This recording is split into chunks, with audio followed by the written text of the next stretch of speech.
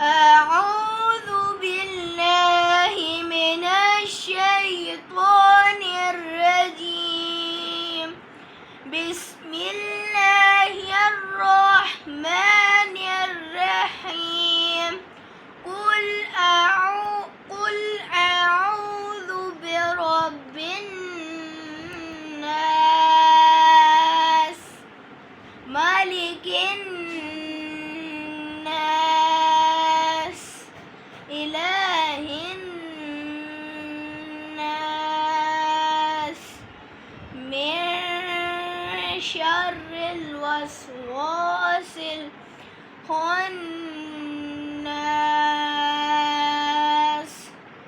الذي يوسوس في صدور الناس من الجنة والناس.